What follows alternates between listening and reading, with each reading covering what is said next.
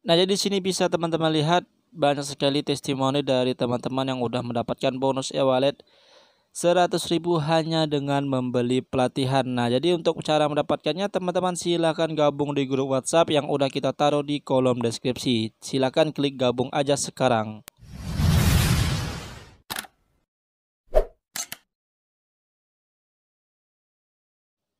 Oke, assalamualaikum warahmatullahi wabarakatuh. Kembali lagi bersama saya di Rasid Saputra.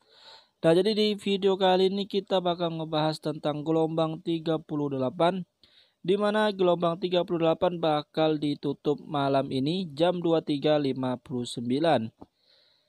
Nah, jadi sebelum lanjut ke penjelasannya, alangkah baiknya teman-teman di sini klik tombol subscribe-nya dulu dan nyalakan lonceng notifikasinya dan dukung channel ini. Semoga channel ini bisa menyajikan video-video menarik lainnya. Oke.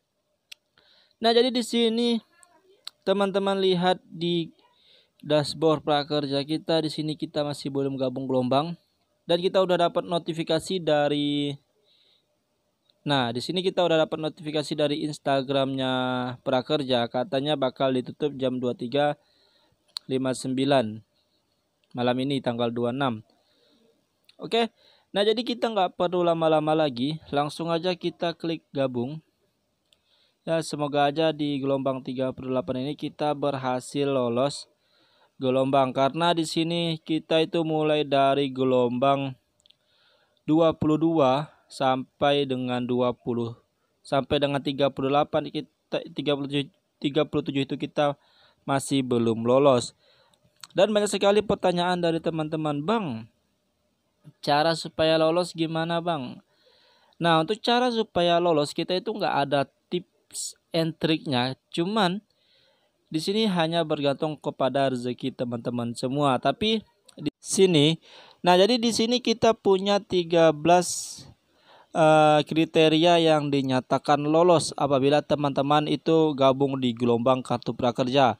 Nah, di sini bisa teman-teman baca, dipastikan gagal 13 orang tidak lolos seleksi kartu prakerja gelombang 38.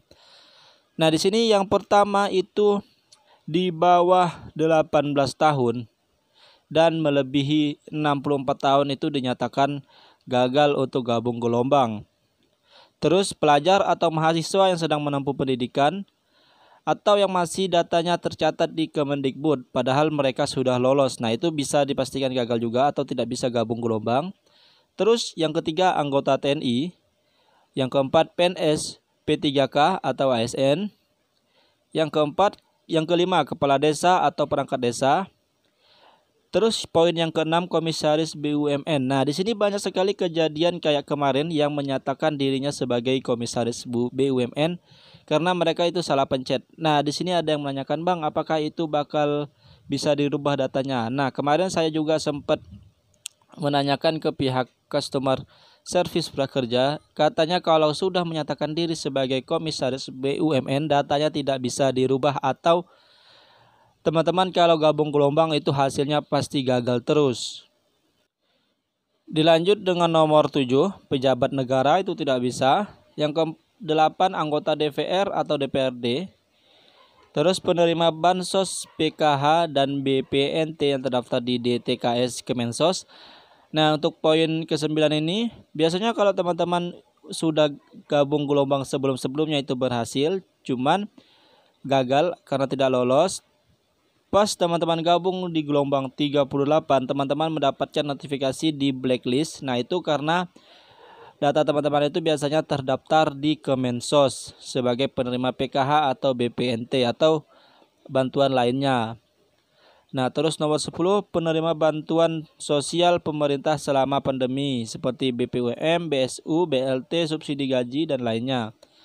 Terus orang yang daftar di link selain prakerja.go.id. Nah, untuk poin yang 11 ini teman-teman wajib memperhatikan terlebih dahulu link resmi yang digunakan untuk mendaftar di kartu prakerja, karena banyak sekali link phishing atau link penipuan yang mengatasnamakan kartu prakerja. Itu hati-hati, nanti data teman-teman bakal diambil dari teman-teman mendaftarkan tersebut.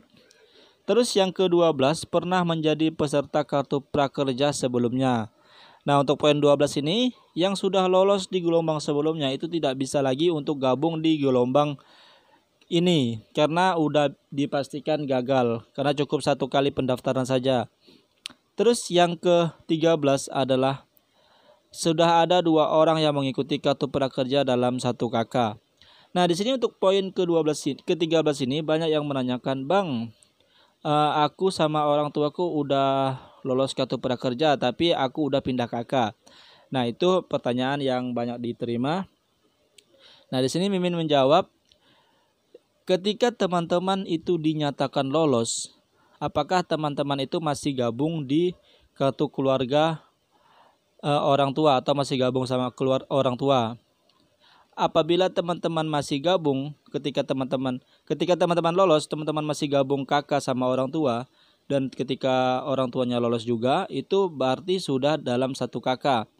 Tapi ketika teman-teman itu lolos kartu prakerja, sedangkan teman-teman sudah pisah dari orang tua atau kakak orang tua, itu tidak dalam 1 KK, melainkan itu udah kakak teman-teman. Tapi tergantung dari teman-teman daftarnya lagi. Kalau teman-teman daftar kartu prakerja menggunakan kakak lama atau kakak sama orang tua, itu sama aja teman-teman itu masih dalam 1 KK orang tua. Nah, jadi untuk yang beda kakak itu yang misalnya teman-teman itu daftar udah beda kakak sama orang tua. Nah, itu berarti udah beda kakak ya teman-teman.